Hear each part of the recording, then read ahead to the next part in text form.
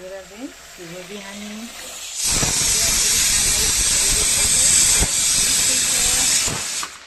School छ र म चाहिँ अहिले बनाउँदैछु क्याप्सिकम आलु मटर प्याज सब मिक्स गरेर सब्जी भाजी बनाउँदैछु। हेर्न सक्नुहुन्छ यसरी क्याप्सिकमको सब्जी प्याजहरू बेसी दिएर ग्रिन मटर आलु टमेटो दिएर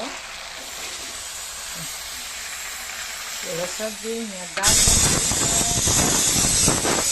भयो।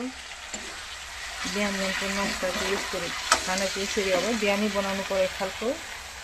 र टिफिनमा छ गाजर कोर्दैछु अनि छोरीलाई टिफिनमा गाजर पठाइदिनु पर्यो, गाजरको हलुई।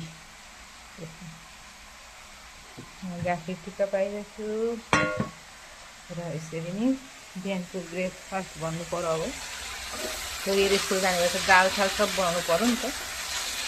कस्तो साथीहरू बाई बाई।